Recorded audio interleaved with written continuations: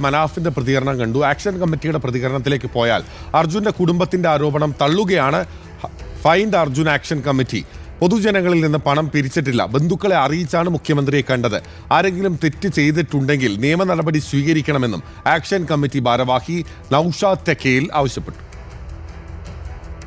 Trade union, എല്ലാ trade യൂണിയന്, അതേപോലെ തന്നെ വാഹന ലോറി ഉടമകളുടെ സംഘടനകൾ, വിവിധ രാഷ്ട്രീയ, സാമൂഹ്യ, സാംസ്കാരിക രംഗത്തെ പ്രവർത്തകർ, ഇവരൊക്കെ ഒരു മീറ്റിംഗ് കൂടിയിട്ടാണ് തീരുമാനിക്കുന്നത്.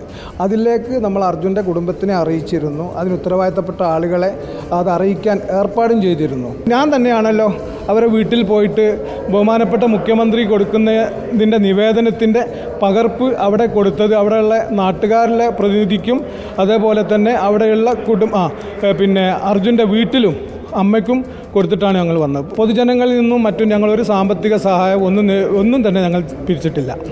പൈസ ഒന്നും വാങ്ങിയിട്ടില്ല. നമ്മുടെ കേരളത്തിൽ ശക്തമായ നിയമ സംവിധാനങ്ങളുണ്ട്.